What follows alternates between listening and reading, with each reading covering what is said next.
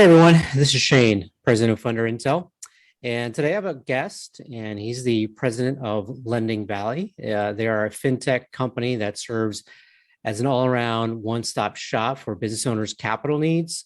And in addition to his work in the finance industry, he's also a published writer. So he writes for Forbes as a council member, among other publications.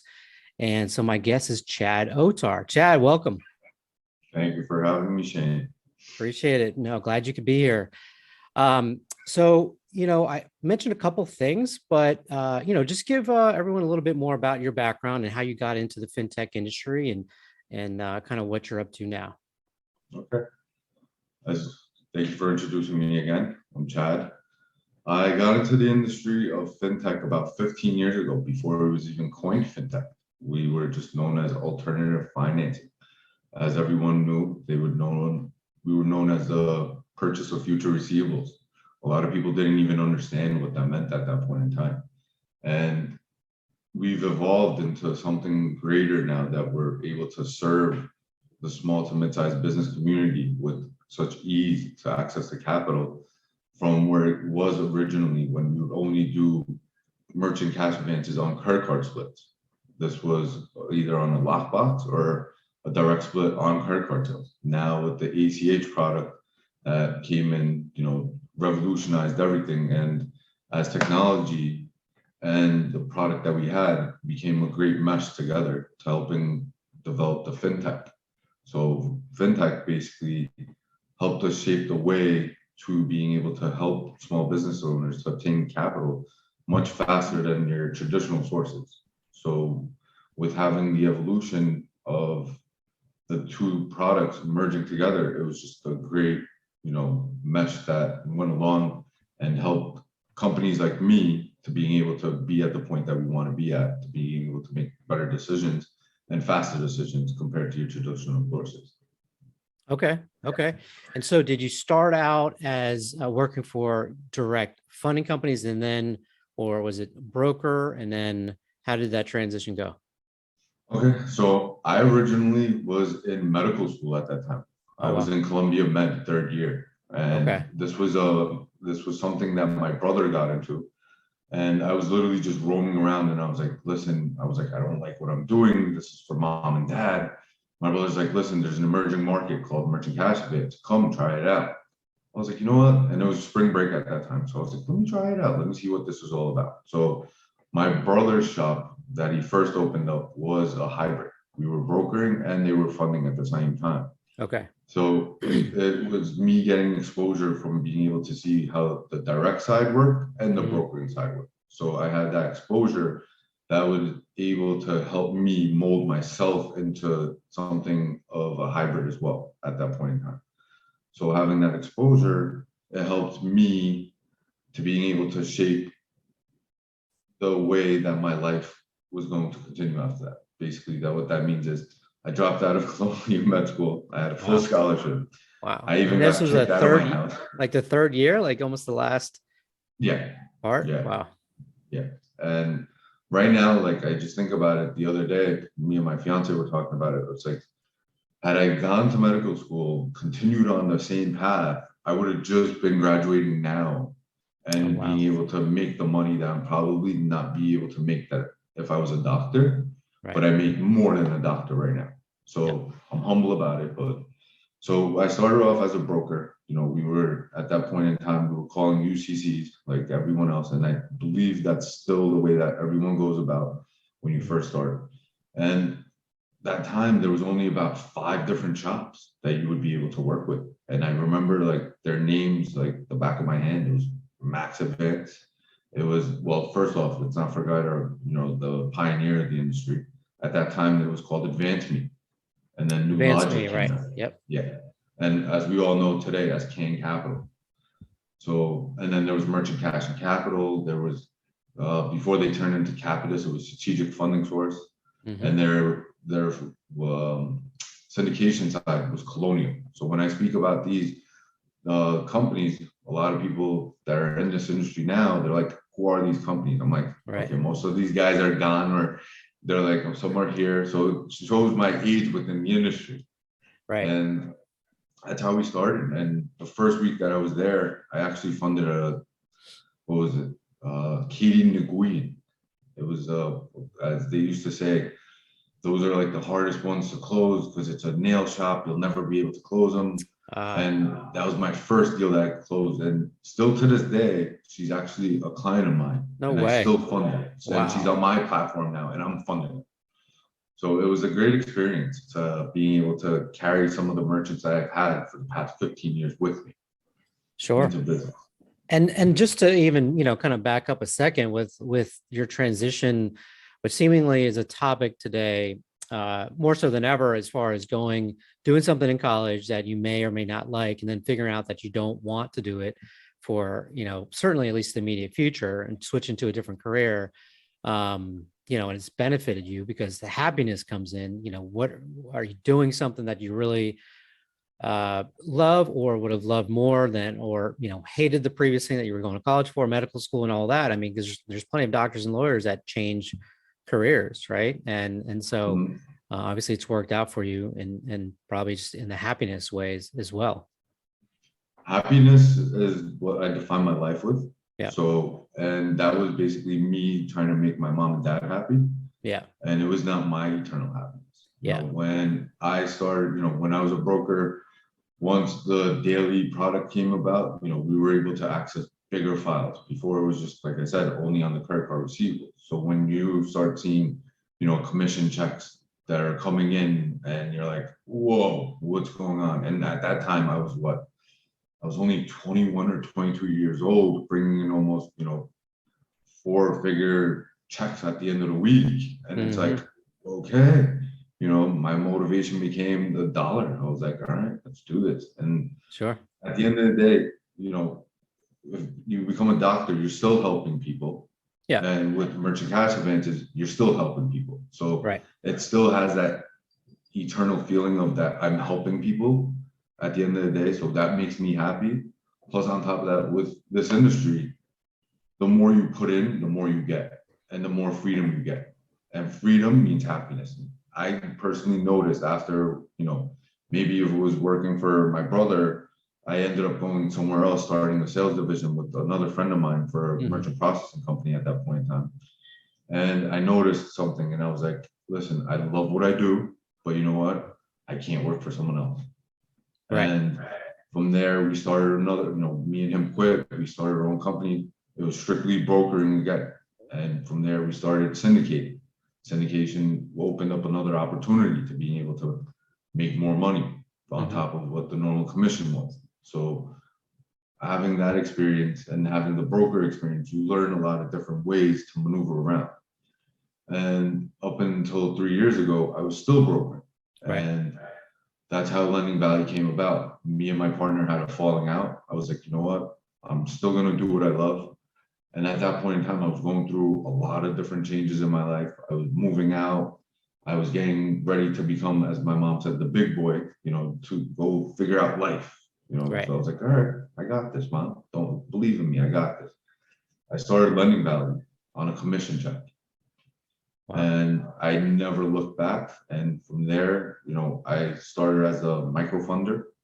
We were doing the 1,500 to 10K deals all day long. Yep. And at that point in time, there was only about a select handful of those guys too. So we were one of the, original 5, I could say, that was doing these micro deals.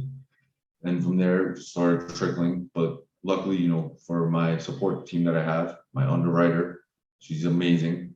My business development manager, amazing. We all came together and just like clicked one by one another.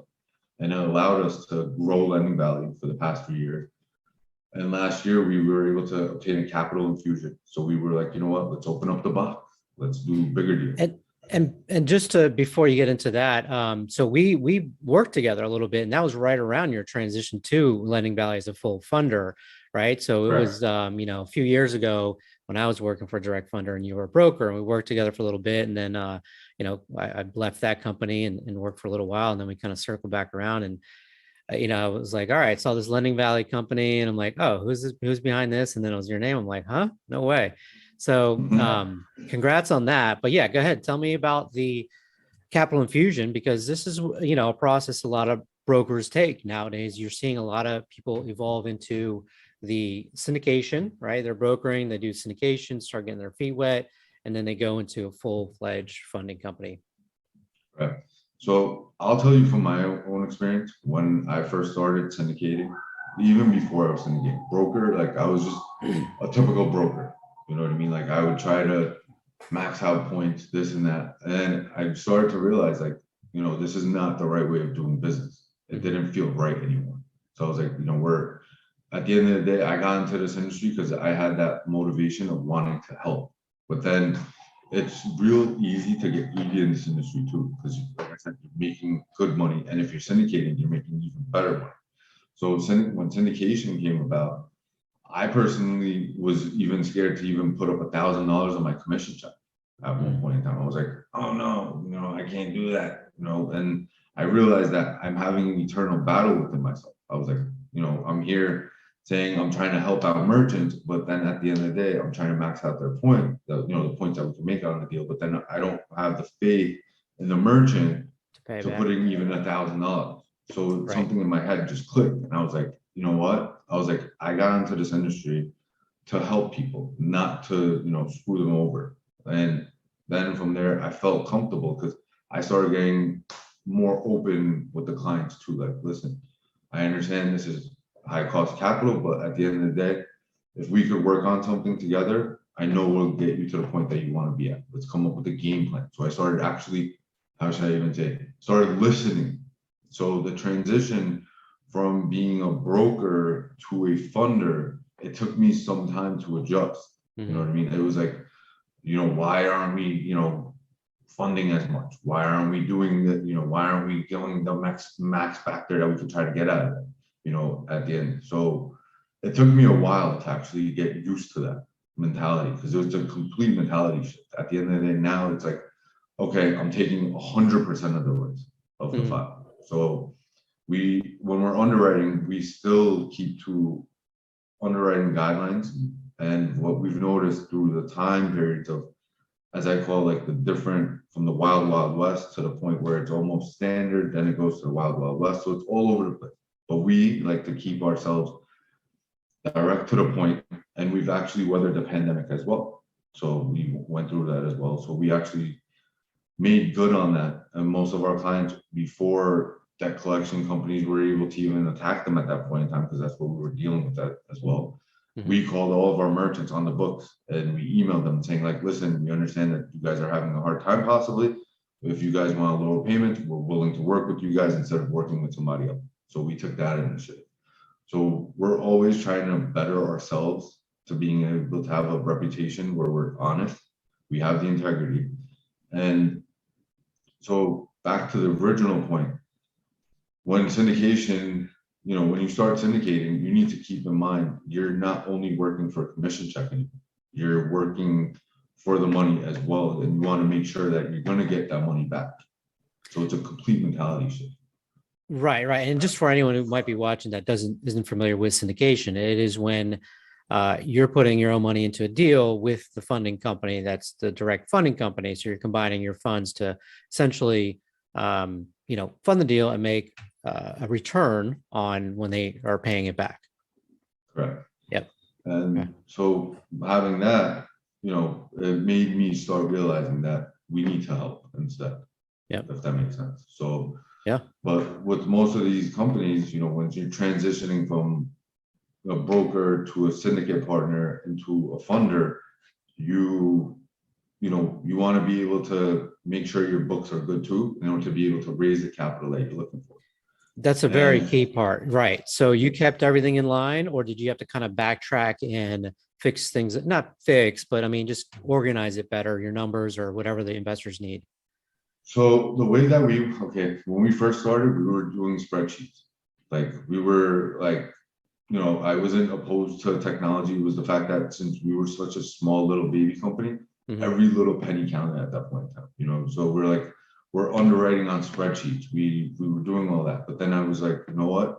We're seeing return, but now we need to keep up with everyone else. So this is where the fintech comes in. So, and the technology enabled us to be able to actually make more money by using the technology that we have instead of just using human decision, if that makes sense. We're still making a human decision, but yet we're using artificial intelligence as well to be able to project cash flow.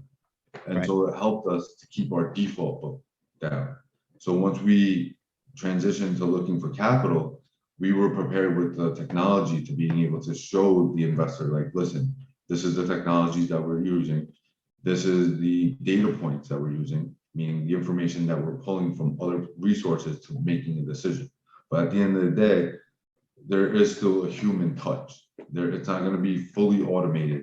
That's not something I believe in, because there's things that you pick up on a merchant interview. We still do merchant interviews. A lot of companies I know abandon merchant interview, but me personally, sometimes if it's it's a $500,000 second position deal, I'm going to go and do the interview myself. It's still $500,000. I don't, that's still a lot of money for me. And so I'm like, into one deal. Yeah. So we like to go in depth, and we like to ask them, like, okay, tell me what your plans are. Like, how are we going to be able to benefit you where maybe we don't see you the next time around, because they're at a better point. And so I get in depth personally. And my merchant interviews sometimes go on for 45 minutes. And it actually helps us, again, to be able to build trust with the merchant as well. So this way they don't go looking for more money outside. And that's why we have a shelf life of renewal about 6 times. 6 times, really? That's is there an industry average? I'm not even sure, but that's a good amount, I think, no matter what. Because if you're using, $500K and you're flipping, that a couple times a year, maybe, 6 times over 2 years or whatever it may be, that's a healthy renewal business. Yeah, our renewal business, we keep very tight knit, because at the end, most funders, again, they're still trying to just optimize on the profit end. We're looking for longevity.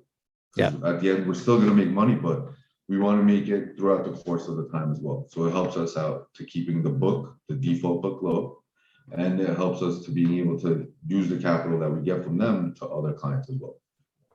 Yeah, which is key. I mean, you got to have the default rate low, and it's a long-term mentality, right? So you have to start with that in mind. You're not just trying to get a one deal with a business owner. You want to get them renewing. And for that, you have to build that trust and that relationship at the beginning, so they know they can trust you as well, to help them out if there's a slow time in business, or to do anything else, to help. But basically, you're becoming a partner. And if both parties see it that way, you're going to have more success with that deal. Correct. And it helps us out as well, and it helps them out at the end. And that's what that was the key point on why I got into this industry, to help. So and just for the audience, it's lendingvalley.com, correct? Correct. Okay. And so from beginning to end, how long does your funding process take nowadays? Once we get the paperwork, we could literally facilitate a transaction within about an hour after we have all the final steps. The reason why we say an hour is due to the queue, depending on how many we have before them. But if it's something that the merchant needs dire at that point in time, again, I personally tell my underwriter, listen, if they put, too much pressure on us, there's something up. You know what I mean? Let's take a step back. What does that mean? Is the merchant going to go negative?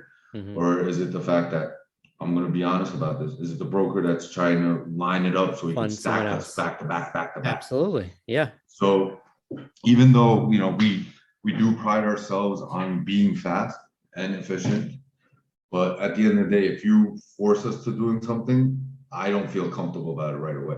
And my underwriter calls me and she goes, Chad, listen, they're telling me that they need the contracts out right now, this and that, because the merchant. Okay, no. Again, I was a broker, so I know the games that, that could possibly pop up.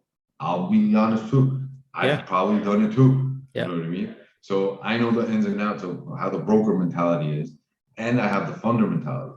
So when you put those together, it's like, all right, let's take a step back. Let's postpone this one. We'll do the bank login tomorrow morning instead of doing it now. So there's little things that we do here and there. But fully, it should be about an hour. But with so many things changing in the environment, the laws and inflation and things happening with the business owners, what are you seeing right now that's affecting either your business and even with a lot of the the fraud, like the PPP fraud? I mean, how are you adjusting to these types of things in the market? Okay, so that's a pretty fully loaded question. I'm gonna Yeah, dissect it a yeah, little. yeah. I'm gonna start from like the laws of the land. The laws, honestly, like I said, I've been in this industry for 15 years. Now is just recently that we're starting to see that a little more pressure apply. And I believe that was caused from the government seeing that the PPP did cause a lot of fraud. And there was a lot of, people walking away with a lot of money that probably didn't even deserve it. Absolutely. And the laws, like, okay, for California, like before we didn't require a California lender's license. And at this point in time, we're applying for our license to being able to make sure that we're still doing business the right way. So the laws are there for us to apply. We're going to continue applying with all the laws that are going to be changing because, like you said before, we're in for the long term. We're not in it Right. for the short term. So I love what I do, so I'm not going to give it up that easy. So I'm going to apply that when the time comes. And the PPP fraud, I had a feeling that would happen because when the PPP was out, it was just like, okay, you have a first name, a last name, you get approved, even if you didn't even have a business. And I witnessed this personally from friends of mine that were like, bro, I just got money from the PPP. I'm like, how? Like, how did you even do that? You don't even own a business. And they're going to get caught, Yeah. but with the PPP, we didn't count it as revenue again at that point in time. So we did take that into consideration for the underwriting model. We seen that like, okay, a guy got $100,000, but again, that's not revenue. We were still looking at their actual revenue that they were putting, meaning the Sure. deposits that they were getting. Right. And it helped us to, instead of going into certain percentage of gross, from what we noticed also, some funders were taking PPP into consideration. They're like, oh, if the guy got PPP money, we could consider it as a revenue, and we'll take that money away from them as well. That seems like a recipe for disaster, for default. I Yeah, mean, it is. I wonder what It the is. results were. Yeah. Those are like, as I call the flyby shops, really, Yeah, that true. just show up on the statement, and then and you question yourself, it's like, who is this company? I've never heard of them. And then Yeah. you start like looking around for them, and you can't even find anything about them at all. And a lot of those are just white label. There's someone else behind it. It's really the funding company. They're white labeling the debit, right? So Mhm. there's a lot of that going on. So it makes it look like really, but the money's coming from some other funding company. Right. Yeah. Yeah. Yeah. When you actually, it becomes like a rabbit hole at one point in time.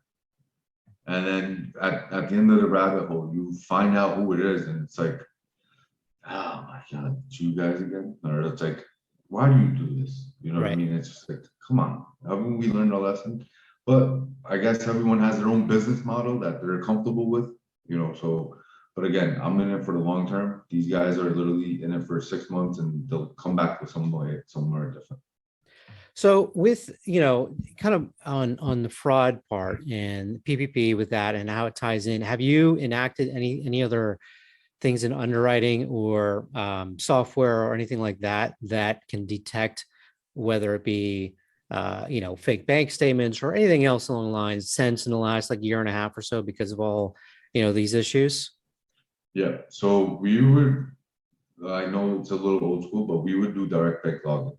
Okay, Right. we still do direct bank logins, but with the fact that we need to be a little more faster and keep up again, and since we are in fintech, we did implement new technologies into our company where Okay. they're able to, I believe one company that we're using right now helps us out with the statements to being able to run it down faster. And then we Yep. have decision logic now that we actually put into, but sometimes we still don't even trust decision logic. And the best example that we're always running into a problem with decision logic is that Bank of America. And Bank of America is like the number one biggest frauder of statements that we always see. It's Wow. so easy to manipulate. Bank of America statements, it's like, go give a child paint and he could literally make his own statements in 5 minutes. So We're seeing them. I mean, just because of the way it's downloaded or something, or do you know why it's so easy or It's just the easier? formatting. The Okay. formatting, they don't like most banks after the PPP. Actually, I was reading an article. A lot of these banks changed up their fonts that they were using. They have trademark fonts that they're using. Mm, So you're able to pick that up as a data point. But with Bank of America, for some odd reason, it's literally it's like you go on and you could literally just type in what you want, and there you go. You have a statement. Voila. And wow. we're still getting fraud statements. Okay. And it's interesting because most of these guys that are frauding are people that have gotten money from bigger funding companies, if that makes sense. And they're not catching on to it as well. And we catch on to it, and it's like, and I'm like, what? How did they not notice How this? did they, How did yeah, how they? did that get through? Right. Right. And then it just blows my mind. Yeah, that seems like the bigger the banks or fintechs or whoever just have some holes where they're just shoving information through and it's not being caught because they're not going through Yeah, it detailed. And some of it has to do with not being manual in some areas of the process, possibly. correct. Okay. And Uh, it's so interesting what we see out here. right, right. And I think it brings, a more reasonable kind of uh not excuse, but it gives you more reason to ask merchants for certain things that you need. You can always just say, look what's going on. There's billions of dollars of fraud happening within the last year and a half from the PPP just alone, from people that you may not even suspect that we're going to do something like that, right? So, and there's stories that we share them all the time on our social media and everything. Like every day there's someone indicted or sentenced to prison. And so it gives you the reason, oh, you want to do a site inspection, you want to do a bank login, you want to do these other things. It gives funders like yourself that valid reason, like, hey, we need this and this is why. There's just too much fraud going on. Correct. And it helps us out again. Yeah. We're like I said, Yeah. but So these merchants are getting smart too, though, at the same time. right. Like we had perfect example, a trucking company, and trucking companies most of the time they don't have a physical location. They're either working from home. They said for some odd reason it just did not sit right with me. The guy was doing close to around $5 million a month, Mhm. and he's only looking for $100,000. And then with each funder, everyone has their own criteria, right? So I'm like, okay, first off, why did this hit my desk? There's nobody in here. This guy has pristine credit, 700 credit. I'm like, there's something definitely wrong with this one. I called it from the beginning. My underwriter's like, let's just make an approval, this and that. I'm like, okay, go ahead. She goes, makes an approval. We get to the finish line. I'm like, okay, I need to do a site inspection. The merchant turns around and goes, I'm not letting you into my house. I'm like, we're not trying to get into your house. We're just trying to see, where you're operating at, because you said you have a physical location and you have a mailing address. We're going to come to both just to make sure that everything is fine. We end up going to the address, sending the site inspection address. It's literally just plain forest land. Wow. Literally plain forest land in the middle of upstate New York. And there's a mailbox and nothing else. And I'm like, okay. So I called them back and I'm like, so you said this is where your physical location is, but where do you keep the trucks? He goes, that location. I'm like, so you keep them in the middle of a forest? All right. And it made no sense at all. And I was like, I told you guys, this makes no sense. I was like, I don't want it. I decline it. Yeah. So we run into interesting stuff like this all the time as well. So, with regards to brokers and most of your business is directly from brokers, I believe, correct? Yeah, we are only broker driven. We don't Okay. have a sales team at all. Okay. And so how do you choose brokers and is there any sort of criteria or what do you look for in these partners that are brokers? Okay. First off, guys, can we get it professional, please? Don't try to come to me with a Gmail address, okay? Or a Hotmail. First off, that's an automatic no for me, you know? Gotcha. And once we see these email addresses, it's like, do you really planning on submitting us that much business with the Gmail address? Like, are you, I call these guys the basement broker. Okay, yeah, you might be able to, but I know you could afford $7.99 from GoDaddy to being able to get, like a just MTA Funder ABC.com email address, keeping it professional, Yeah, so get the domain, and then the Gmail is like $6 a month. So should be able to start off that way. yeah, then it's a business at the end of the day that you're trying to have. So let's have some professionalism. Agreed. But Lending Valley does have a vetting process though for Okay. brokers. We do run background checks. Good. And what we look for is if there's any white collar crime, blue collar.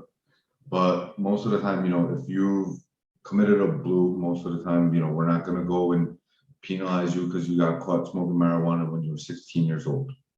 This doesn't show faith that, the face that now, you're still doing it, whatever the situation is. We do background checks though, Yeah. in order to making sure that they are at the address that they're looking, that they are at, because we want to be able to make sure that when come tax time, we're able to send them the, basically their tax paperwork. And on Right. top of that, it helps us also in the event of defaults. The reason why is we do have a clawback period. So when a broker, when the broker's deal defaults, and if they're within that window, and we're telling the broker like, hey, you need to send it back, and they're not responding to us, we'll actually send out a letter to that address that they told us that they were on. Okay. So it helps us to being able to get our clawbacks. One, two, it's a vetting process that I personally wanted to know who I'm working with. It shows character, and this way we're able to grow with them instead of doing one or two deals and them having them just disappear on us. So Right. there is a vetting process. Before we send any ISO agreement, my business development manager goes on the line with them, asks them questions like any other, like a merchant. You ask them questions, we ask them questions as well. Like, how long have you been in this industry? How, what paper do you see on an average? How much do you fund on a monthly average? How many people do you have working for your team? Do you have a physical location? Again, or are you guys fully remote, or are you working for yourself? And again, these email addresses are very important because we're trying to verify the age of the email address too. And we have that technology now to being able to verify how long this email address was active for. Interesting. Okay. Got it. So if we see, say, like, again, if it's a guy that comes up to us that says, Dave at funding something blah blah blah.com, we're able to find out that age of that email address. So to show us that, okay, this guy's gonna be like a more long-term partner. He's not looking just to place a deal with us and just walk away, and then if it defaults, we're never gonna do business. So we're looking and for, you'll never track them down. Right. so it helps us to be able to identify who we want to work with as well. Okay. Those are good things. And I think more people, if everyone did it, you'd have kind of less issues and, better relationships really. So talk about your criteria then, some of your underwriting criteria. Okay, so our underwriting is pretty simple. We do first through third positions. We're looking for at least 500 credit score, 6 months in business, but some industry types, we're looking for more growth, like trucking, construction. We like to consider these high risk industries. And we're looking for more time in business as well in these. So this way we're able to evaluate payback months. This way we're trying to make sure that we're trying to not have a default happen. If we see, like, because at the end, we're only looking at the last 4 months of bank statements. How much information can you really get from it?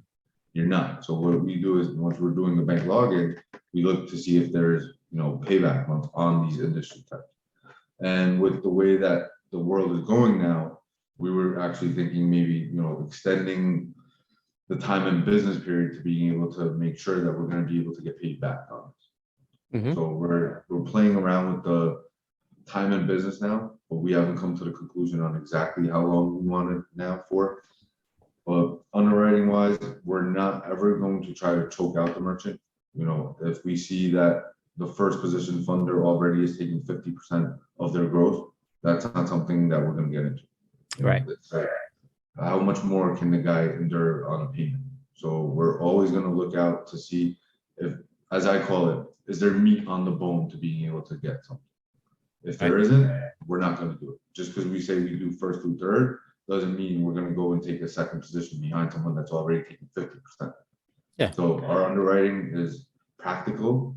At the end of the day, we want the merchant to be able to pay us back, make sure that he's able to make money back.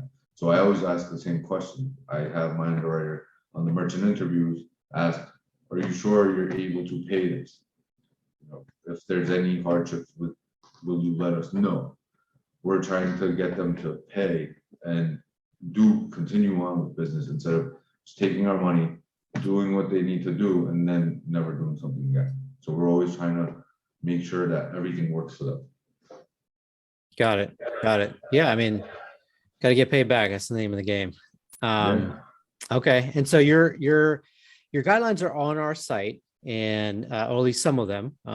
If someone is watching this, they're on our site and they want to reach out to Chad and his team directly, they can go to your company page on our site as well and just hit the one button. It'll send an email to Chad and his team to be contacted, or obviously you can reach out directly on lendingvalley.com.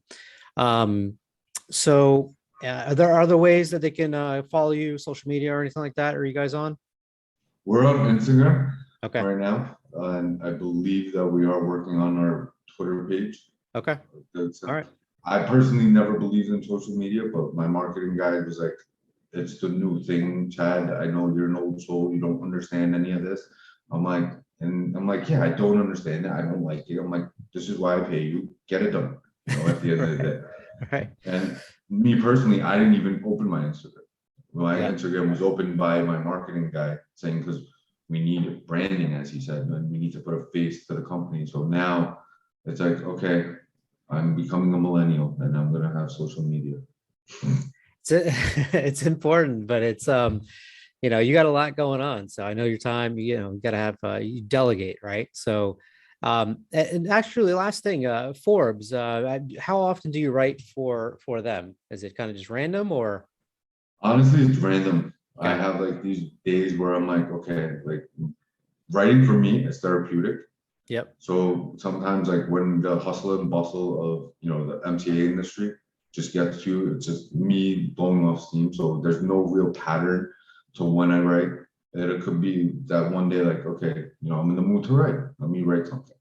But Okay. it's sporadic. And the MCA industry, since it is a full-time job, and writing takes out a lot because you need to be able to articulate to your audience the way that you want them to understand what it is that you're trying to say. So it takes some time for me to write. So there's no real rhyme or rhythm.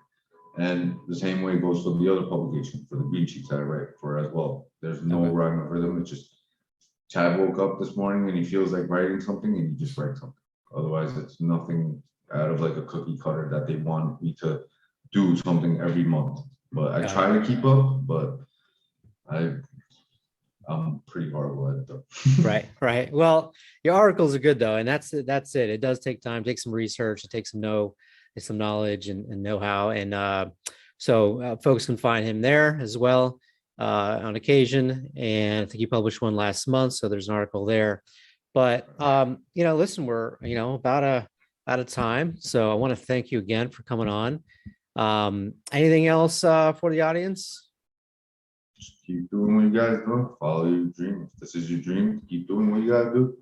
I took, like I said, started from the bottom, trying to get to the top still. So thank you for having me as well. Yeah, no, I appreciate it definitely. And maybe we'll do this again and we will see you soon. Thank you. Looking forward to it. All right. All right, Chad.